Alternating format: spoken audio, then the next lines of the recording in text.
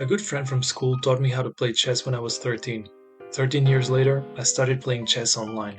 Here, I felt I really got to improve since I get to play more often and with people from all over the world. It also helped that the Queen's Gambit made chess incredibly more popular, with plenty of entertaining videos on YouTube to amplify the joy. On chess.com, there are these interesting celebrities bots that use some sort of machine learning, a form of artificial intelligence, to mimic the way real people play. So I wondered, can I build my own chess bot, a bot that will play in a similar style of my own? Development. I decided to tackle this with the programming language that I know the best, which is Python. I have the Anaconda distribution of Python for Windows and use the Spider module within Anaconda for coding. I am in no way an expert in Python, machine learning, chess, or anything as a matter of fact, so creating a chess bot is a really big challenge for me. But here's what I found in my coding endeavors. First, we need to get the games that will be used by the machine to learn how we play. So I went to Opening Tree website to download my games from chess.com. Here you can download all your games as white or black in a format called PGN. Second, we need to convert the PGN format into something easily editable. I personally have more experience with Excel, so I converted the PGN into CSV format and used Excel to edit the data. If you play as much as I do, you will have a lot of observations in this dataset. Over 400,000 observations of over 6,000 games just for the file of games I played with white. You can do some necessary editings like removing variables you won't be needing. You can save it as Excel format or CSV anyway, doesn't really make a difference.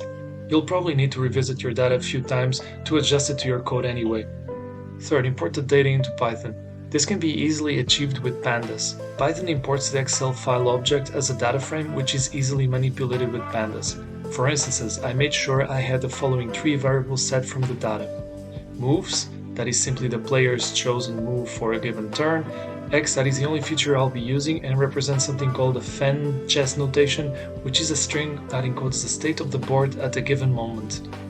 Y, that represents the response given by the player to the fen position in X. I set up a few more datasets based on the original with a few changes. One of the ones I used is one where I added the probability of the moves based on all the games. This probability column is just counting the proportion of times a move in a given row of column move has appeared in all of my games. Depending on your approach, you might need to clean up your data in other ways and calculate your own relevant statistics. Construct a playable game of chess in Python using chess library. We need to set up a chessboard display and find a way to make moves on that board for both the user and the bot. Luckily, Python already provides a super useful chess library that allows you to do exactly that. Import the library along with chess.svg. This second one will be useful for the display board. We can now set up a class main window to define the board display, which will be a pop-up window. This way, every time we want to display the board, we can just use this class with its preset methods. For example, you can define the board, and then to quickly view it in the console, just call board and display it in your pop-up window like this. The option flipped equal true allows you to flip the perspective of the board at will. To push a move in the board, simply use the push send function. To make a user input, we can use the input function, which will prompt an input question in the console and push the user-defined move. As long as the input follows the same format as E2, E4 string, and it is a legal move, then it should result in an updated board. For example, notice that this board keeps a track of the player's turns, so it defines the legal moves based on whose turn is it, black or white. It is also important to handle a few more things like illegal moves and typos, along with pawn promotion. For these things, it is useful to create your own user move function that receives the board as input and outputs the player's move. I divided it in two cases. If the board is already checkmate situation and otherwise. If it's checkmate, then I want the console to display who won. Using the board.turn equals chess.black, for example, we can get whose turn it was supposed to be if the game had carried on. The other player is the winner, since they ended the game by playing checkmate.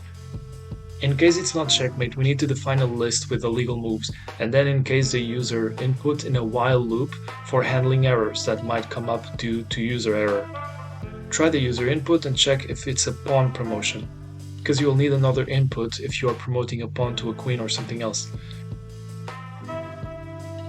The exception to the user input attempt will be in case the user inputs something that throws an error, or if the move itself is not a legal move. In those cases, we will want to get a message to tell us to try again. This while loop will keep going until the user finally gets something sensible. Construct random bot. Now that we have established the data, how to display and make moves on the board, and how to set user inputs, let's set a bot to play against. To ease into it and ensure the code is playable, we should start with something very simple. Nothing can be simpler to set than a random bot. This can be achieved by setting a nice little function that receives a board as input and outputs a move. We make use of the legal moves method in the chess library to get a random move from the list of legal moves possible in the board's current state. Now we can use it to push a move in the board, for example. Let's play a game against this bot.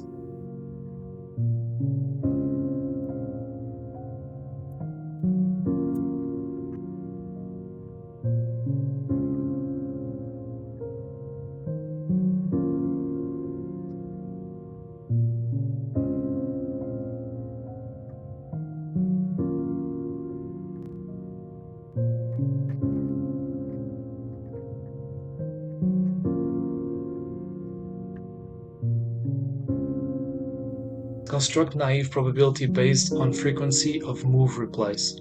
Now let's complicate a little bit, make use of the data we have.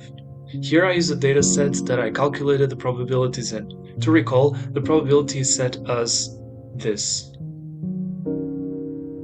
The basic idea of this bot is the bot will take the user move and get all the legal observations where it appears in the dataset, using the column move, and see what my move was in response to that, finally checking the probability associated with that move. The one with the highest probability is a chosen one. The input is defined as a data frame from the data.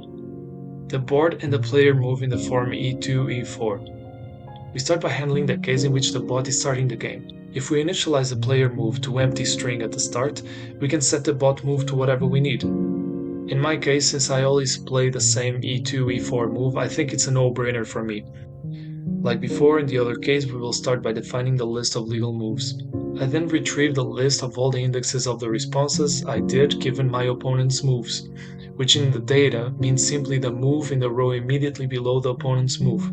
Again, depending on how you handle your data, this might be different for you. Then I turn it back into a data frame and further proceeded to only keep the observations that are legal moves.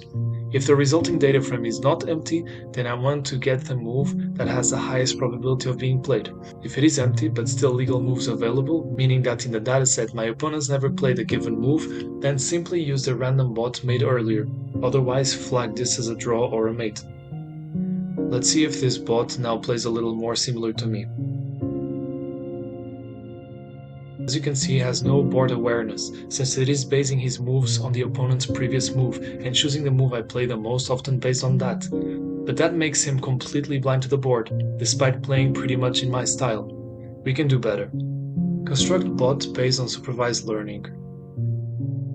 I wanted to try to use some machine learning algorithm to use my data to provide a move better than the previous method.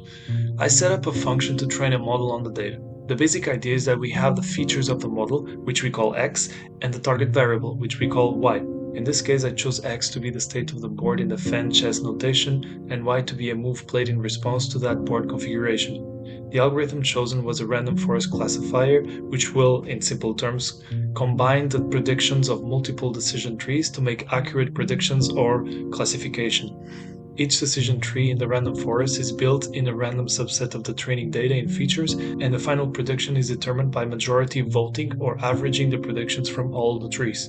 To be able to set this up, we need to import the required library, and then we can split the data in training set and test set, which can be done by using the train test split function. After that, we must ensure that the input for the fitting of the model is correct. The function to fit the model is called model.fit, and it requires the features x to be numeric input.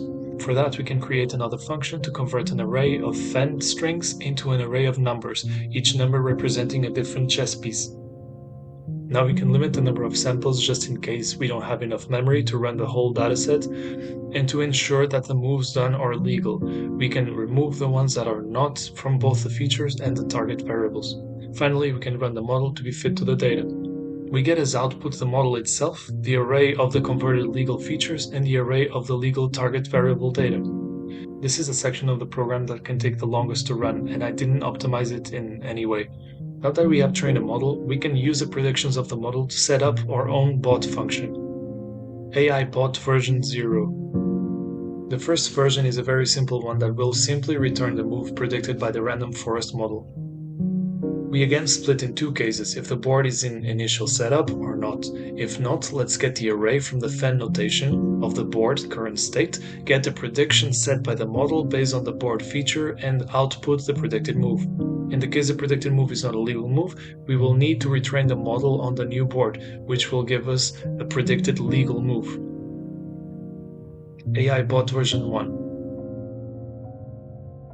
My first approach was to create a function that will return the model's prediction 50% of the time and the top engine move the other 50%. I know this sounds stupid, but it's a start to include engines that already exist into my coding. To get the top engine move, we need to install Stockfish engine. Since I'm using Windows, I just downloaded from here. Be careful to check what version of Stockfish is best for your computer. I got myself the 64-bit version. I then set up a function to get Stockfish evaluation as a numeric value, along with its suggested best move. The new version of the bot can be written the same way as the previous version, but with the difference that we generate a random number to output Stockfish move 50% of the time and move predicted by the random forest the other 50%. AI Bot version 2. Finally, my last approach was to make the condition to use the best engine move only if the predicted move was a terrible one, for example, a blunder. This is to simulate very basic moves that are not depicted in my database, such as capturing a queen if the queen has been blundered. To do this, I added a few lines to the previous version, where I get the evaluation from Stockfish before and after the move proposed by the model is pushed on the board. Be sure to make a copy of the board here to avoid committing it to any unwanted updates. Notice that the evaluation given by Stockfish will be a positive or negative number depending on whose turn it is to play.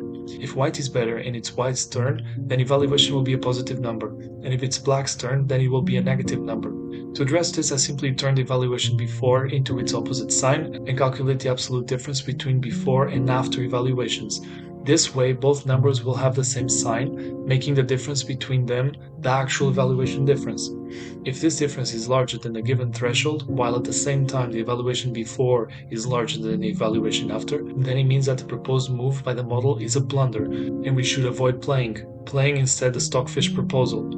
Since humans sometimes do very dumb decisions, and in chess is no different, I give 10% probability of picking the model's move even if it is a blunder. Let's see how this bot performs playing against me.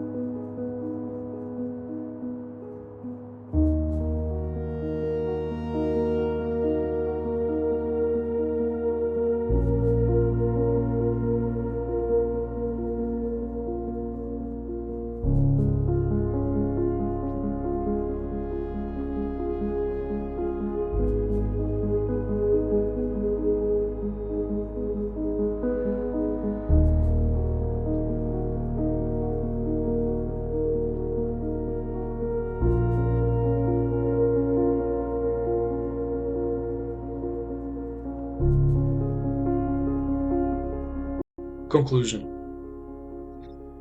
The construction of these bots are meant to illustrate how to start a chess engine bot in Python using your own games as data.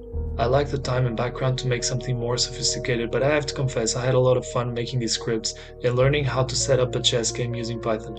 A lot of my research was assisted by ChatGPT that helped me in things like syntax and even ideas like how to approach my data and what features to use.